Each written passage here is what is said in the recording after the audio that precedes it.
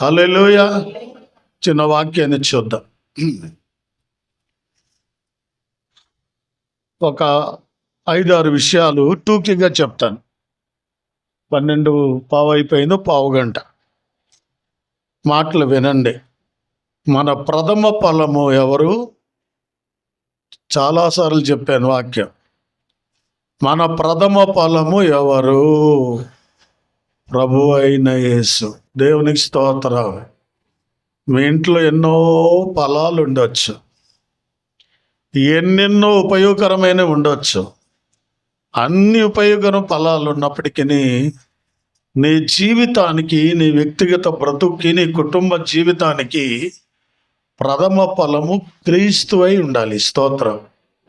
చూద్దాం వాక్యం. 1 కొరింథీ రాసిన పత్రిక 15వ అధ్యాయం. అందరు తీయాలి వాక్యాన్ని, అందరు తీయాలి, అందరు చదవాలి, అందరూ చూడాలి. చదివినప్పుడు వాక్యాన్ని బైబిల్ చూసారు. చూడడం వల్ల ఎంత ఆనందంగా ఉందో నాకు. ఏం చూస్తున్నారు? 15వ అధ్యాయము ఏమండి?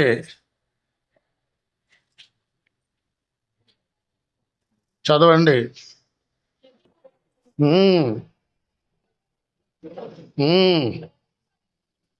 ఎవరట చెప్పాలి? అందరు నేర్చుకోవాలి మాటలు.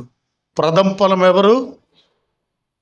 ప్రథమ ఫలం నా అబ్బాయి అండి అనకండి, అమ్మాయి అని అనకండి. మీ ఇంట్లో ప్రథమ ఫలం ఎవరు? మంచి ఫ్రూట్. ప్రభు దేవునికి స్తోత్రం. ఆకలి వచ్చినప్పుడు ఆ ఫ్రూట్ మనం తినవచ్చు. నెమ్మది లేనప్పుడు ఓదార్పునిస్తుంది ఆ ఫ్రూట్, ఆ ఫలం. ఎందుకు తెలుసా? ప్రథమ ఫలం మీ ఇంట్లో యేసయ్యే అయి ఉండాలి. ఇంకా ఏ ఫలాలు ఇదేనండి అని చెప్పకూడదు. చాలా బాగుంటాయి మాట. చదవమ్మా మరోసారి.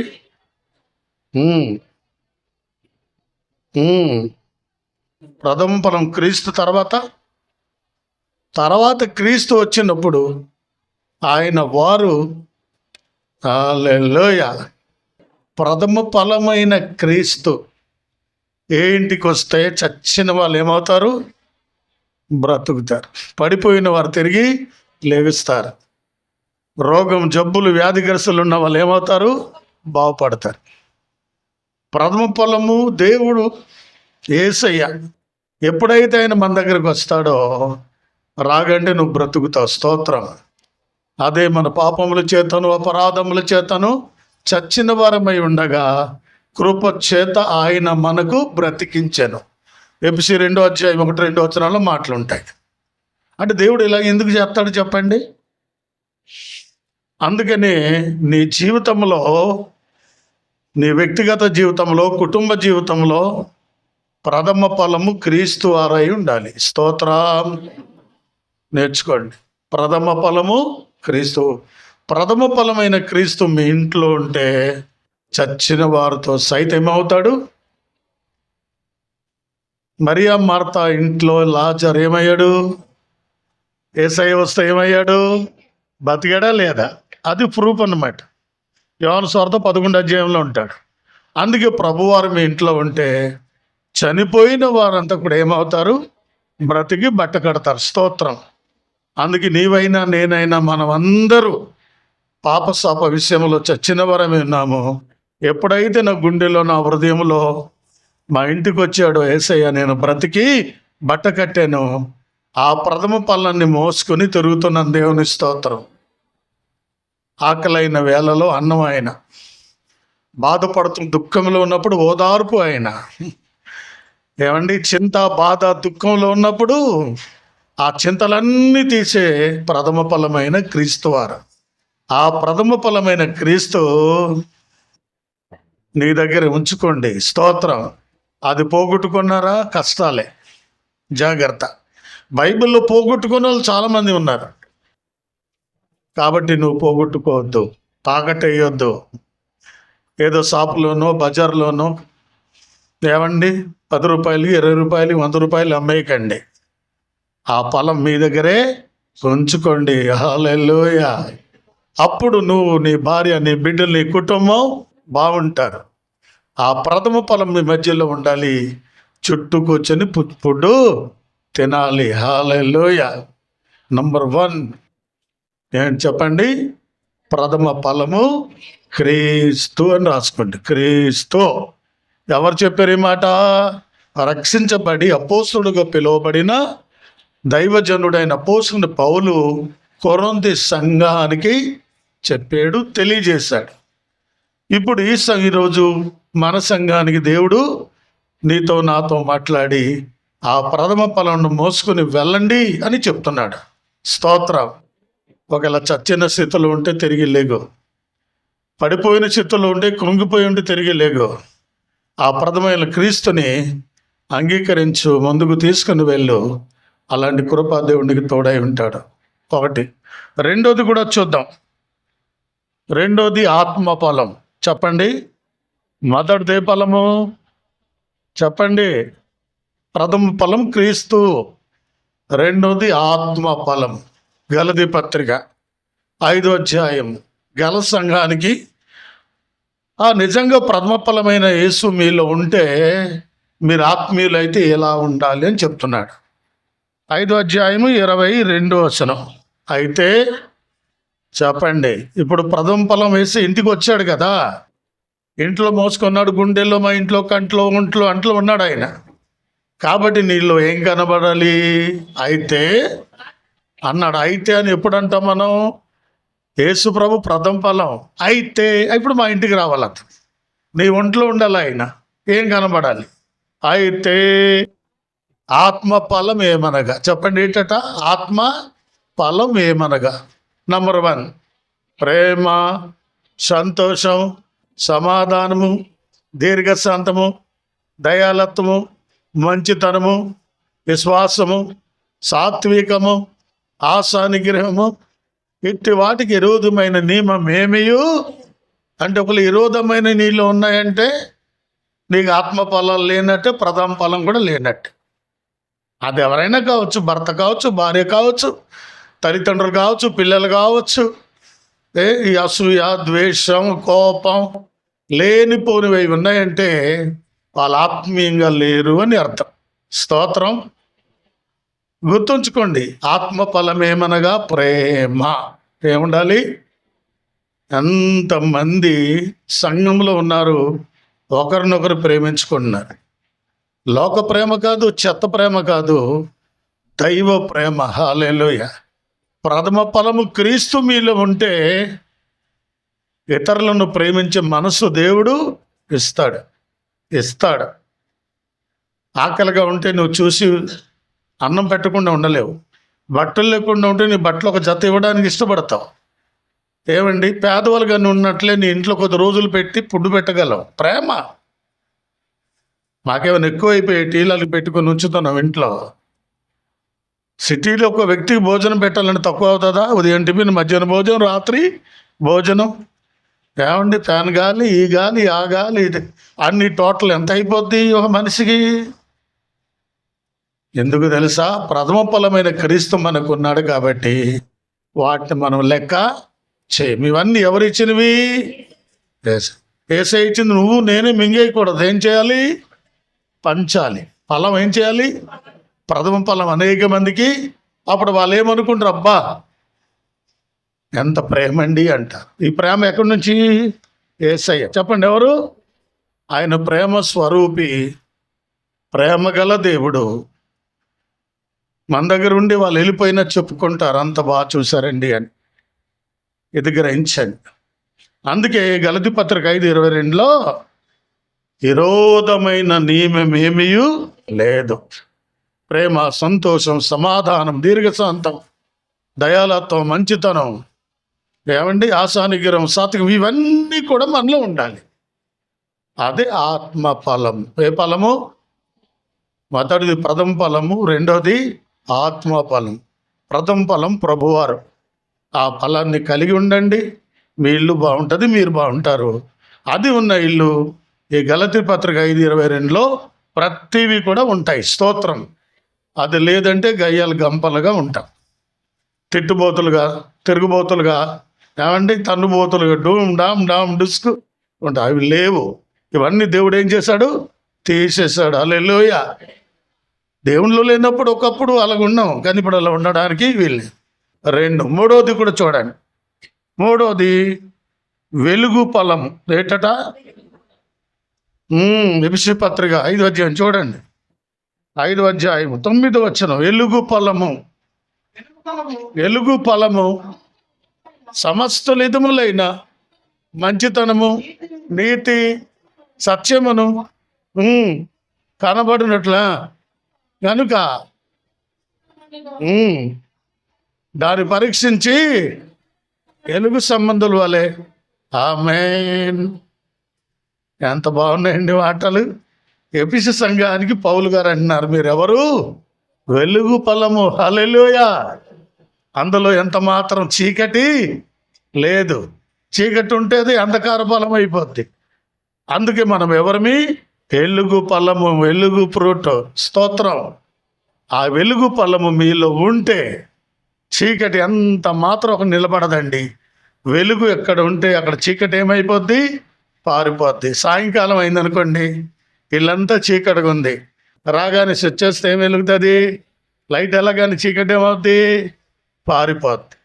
యేసయ్య వెలుగు. ప్రభువా, నేను ఈ లోకమునకు వెలుగును, నన్ను వెంబడించేవాడు చీకట్లో నడవక జీవపు వెలుగు కలిగి ఉండునని వారితో చెప్పాను. యోహాను సువార్త 8:12 మాట ఉంటాయి.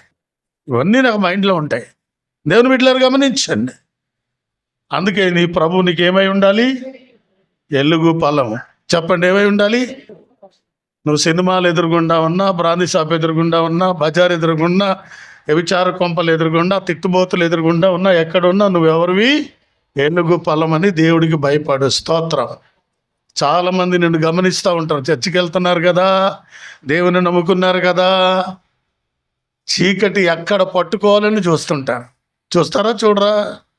అందుకనే ఎఫెసీ పత్రికలు అన్నాడు, వెలుగు ఫలము. చదవండి. సమస్త విధములైన మంచితనం. చూడండి, వెలుగు ఫలమట.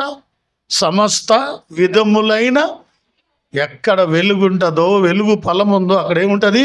మంచితనం. హల్లెలూయా. ఏముండాలి? ఇదే బాబా, ఇది చెడ్డేట్రా బాబా అనకూడదు. మంచితనం, మంచితనం. అందుకు మనం మంచితనం ఉండాలి. దేవుని బిడ్డలుగా ప్రూవ్ చేసుకోవాలి. మనం మంచితనం అని ప్రూవ్ చేసుకోవాలి. నువ్వు దేవుని బిడ్డగా ఇరుగు పొరుగు వాళ్ళకి, ఇంటి వారికి, చుట్టాలకి, బంధువులుగా, ఇలా నీళ్ళు కదా, వాళ్ళు ఇళ్ళటోళ్ళు కదా, వాళ్ళతో అనకూడదు. నువ్వు ఎంత ప్రేమగా, ఎంత బాగుంటావో నిన్ను చూసి వాళ్ళు దేవుని నమ్మాలి. దేవుని స్తోత్రం. దేవుని నమ్మిందిరా బాబు, ఇంట్లో ఒక పూట అన్నమే పెట్టలేదు, తిట్టింది, కొట్టి పంపించింది అనగాడకండి. స్తోత్రం. మీరు మంచిగా ఉండాలి. మీరు వెలుగు ఫలాలు మీలో ఏముండాలి? మంచి ఉండాలి. మిమ్మల్ని చూసి వాళ్ళు కూడా ఎక్కడున్నా దేవుని నమ్మాలి. స్తోత్రం. మరి అవి ఉన్నాయా? ఉంది. అలా చేయరు. వెలుగు సంబంధులాగా నటిస్తారు.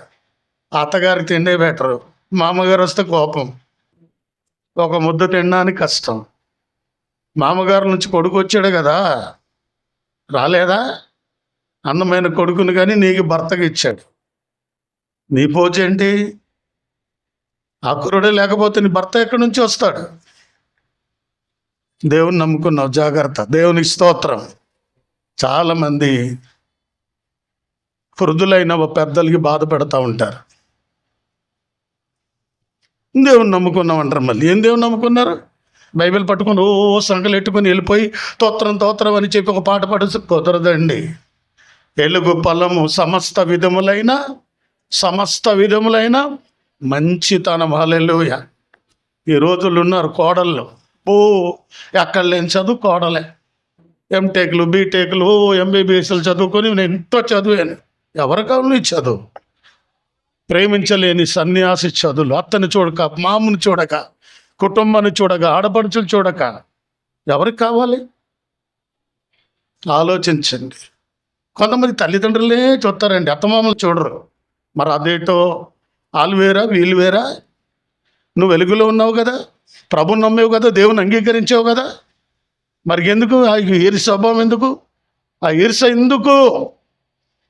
మంచి కోడలు అనిపించుకో, మంచి కొడుకు అనిపించుకో. అర్థమైందా? అత్తమామలు కూడా జాగ్రత్తగా ఉండాలి. రుతుని ప్రేమించిన అత్త ఎవరు? ఎంత ప్రేమించింది కాబట్టి ఎత్తుకుంది కదా. కొడుకులు చనిపోయినా కోడలు అతని పోషించింది.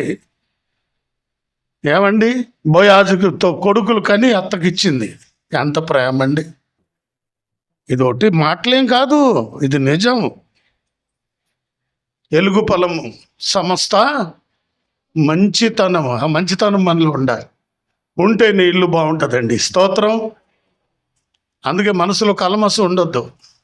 అత్తనైనా అలే చూడు, మామనైనా అలే చూడు, తల్లికైనా. నీ తల్లిదండ్రులు ఎలా చూస్తున్నావు, నీ అత్తమామలు కూడా అలాగే చూడు. నా పిల్లలు 2 ఆడపిల్లలకి నేను చెప్పాను, మాకు చూసిన చూడకపోయిన మీ అత్తమామలు చూసుకోండి, మంచిదాన్ని అనిపించుకోండి మీరు. మరి వాళ్ళ మధ్యలో గొడవలు ఏం లేవు, బాగానే ఉన్నారు. దేవుని బిడ్డలారు గమనించండి. ఎందుకంటే ఎలుగు ఫలము సమస్త విధములైన వాటి మంచితనం, ఆ మంచితనంలో ఉండండి. హల్లెలూయా. అందుకని నీ కొడుకుని పెద్ద చేసి చదివించి అన్ని చేసి నిన్ను పెంచితే నువ్వు అక్కర్లేదు, మీ అమ్మకి వెళ్ళిపోమను, నువ్వు ఎలా అలా డూమ్డామంటారా? ఈ రోజుల్లో వృద్ధాశ్రయంలోకి, ఓల్డేజ్ హోమ్లోకి పంపిస్తున్నారు. ఎంత బాధ అండి. రోజు ఏడుస్తాను, నేను రోజు బాధపడతాను. మరి దేవుణ్ణి నమ్మేమని చెప్పడం వేస్ట్. ఎవరైనా కావచ్చు, మీ వాళ్ళైనా మా వాళ్ళైనా ఎవరైనా ఒకటే. అందుకని వెలుగు ఫలము సమస్త విధములైన మంచితనానికి మార్గం. దేవుని స్తోత్రం. ఇక చాలా చెప్పాలనుకుంటాను. వెలుగు ఫలం చెప్పండి. ముందుదేది ప్రథమ ఫలం క్రీస్తు, రెండోది, మూడోది, నాలుగోది కూడా చూడండి. నాలుగోది ఏంటో తెలుసా? నీతి ఫలం. ఏ ఫలము? చూడండి, ఫిలిప్పీ రాసిన పత్రిక 1వ అధ్యాయం 11వ వచనం. నీ ప్రేమ తెలివితోనూ సకల విధములైన అనుభవ జ్ఞానముతోనూ కూడినదై అంతకంతకు అభివృద్ధి పొందుచు, ఎందువలన దేవునికి మనం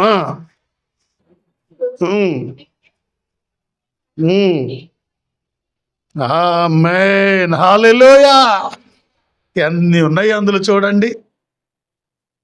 అందుకే ఇవన్నీ మీరు చదువుకోవాలి. ఆ నీతి ఫలాల్లో ఎన్ని ఉన్నాయి చూడండి. అపోస్తలుడు పౌలు గారు ఫిలిప్పీ సంఘానికి తెలియజేస్తున్నాడు, మీరెవరు? నీతి ఫలాలు అంటే దుర్నీతి కాదు. ఒకప్పుడు దుర్నీతి ఫలాలుగా ఉండేవాళ్ళమి, చెడ్డ ఫలాలుగా ఉండేవాళ్ళమి. అని ఇప్పుడు ఏమయ్యాము? సమస్త ప్రవర్తనతో, ప్రేమతోను, తెలివితోను, జ్ఞానముతో నిండుకున్నాం. స్తోత్రం. మనకేముండాలి? దేవుడు నమ్మకం, జ్ఞానం ఉండాలి, ప్రేమ ఉండాలి, తెలివి ఉండాలి, వివేకం ఉండాలి, జ్ఞానయుక్తంగా నోరు తెరిచి మాట్లాడాలి. సారోను అన్నిళ్ళ ఇంటికి వెళ్ళింది. మా సారు వాళ్ళ అత్తమామ లేకపోయినా చిన్నత్త, పెద్దత్త, ఆడపడుచులు గట్రా ఉన్నారు. అబ్బాయి అన్నుడు ప్రభుని నమ్మి తెలుసుకొని పెళ్లి చేసుకున్నాడు. ఇప్పుడు సారోన్ని చూడగానే అనుకోవాలి, మా కోడలు ఏం చేసింది? దేవుణ్ణి నమ్ముకుంది. హల్లెలూయా. చాలా మంచిది. అబ్బాయి పేరు గణేష్ కదా, చేసుకున్నారు, చాలా మంచిదండి. మా కోడలు మాట జాగ్రత్త ఉండాలమ్మా, ప్రేమ ఉండాలి, మంచి పేరు తెచ్చుకో.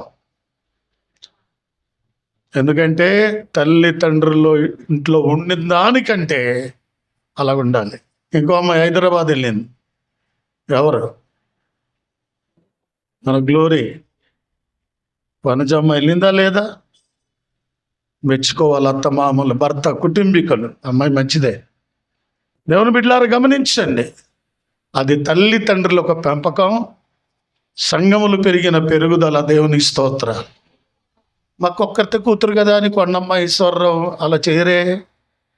బిడ్డల్ని ప్రేమించి, గద్దించి, చక్కగా చెప్పి పంపించాం. అందుకే అమ్మ వెళ్ళిపోయి అంత దూరం ఉండిపోగలిగింది.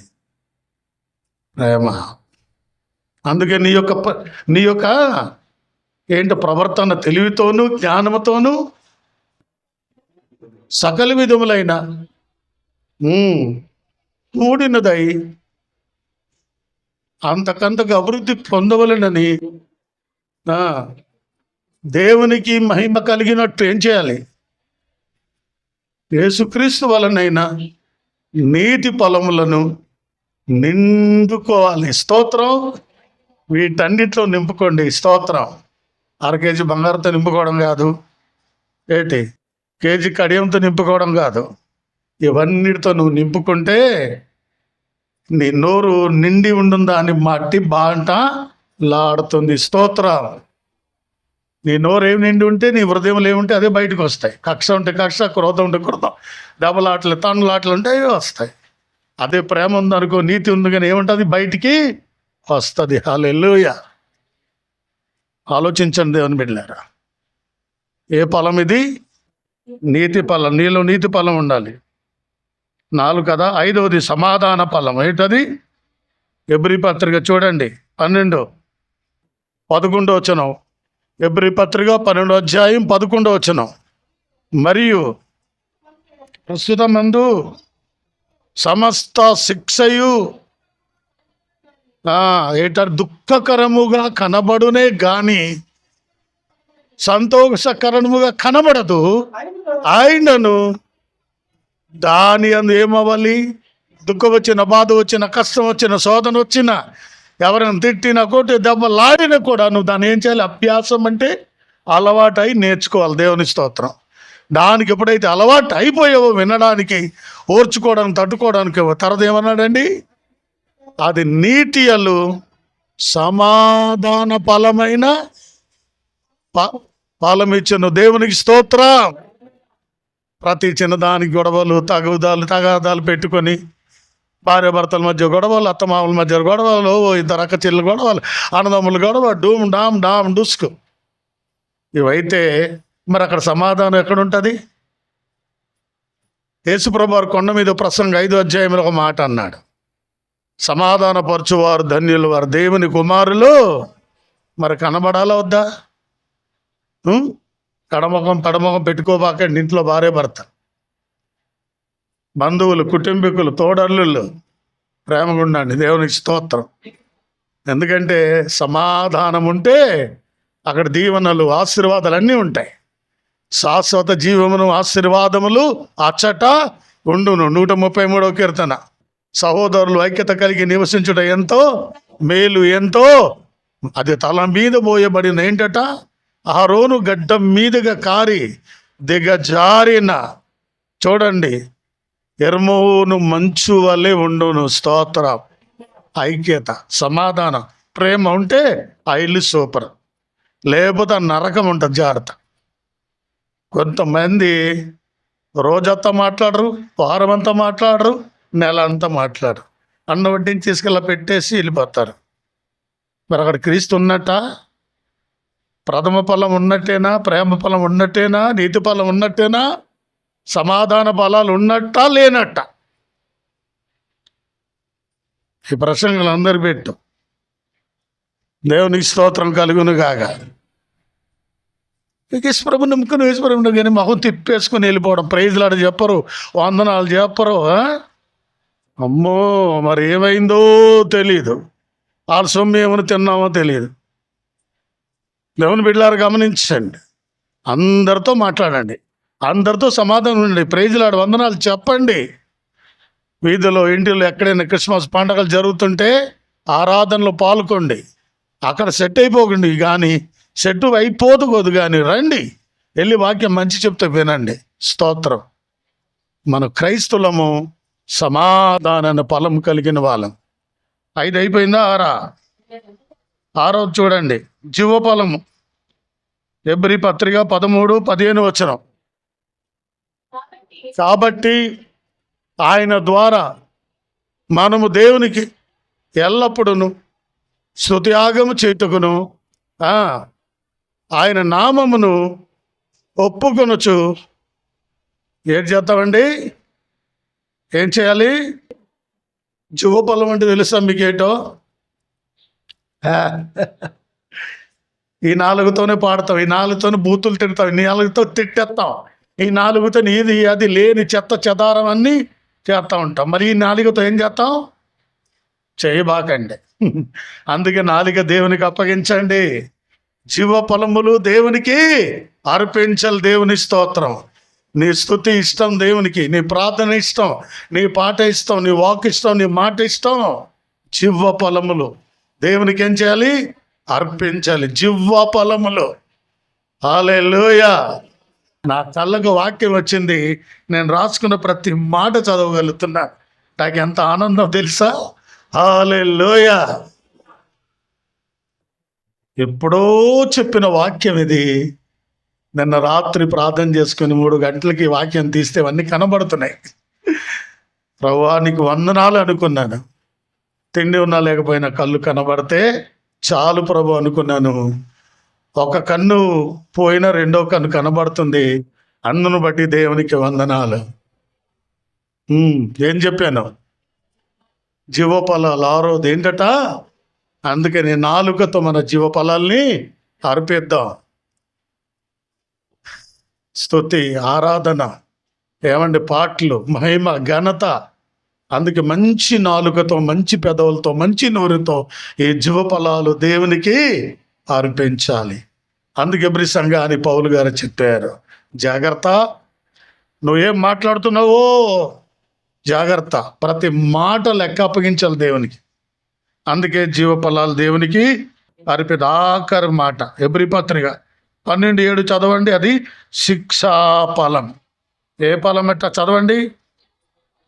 శిక్షాఫలము పొందుటకై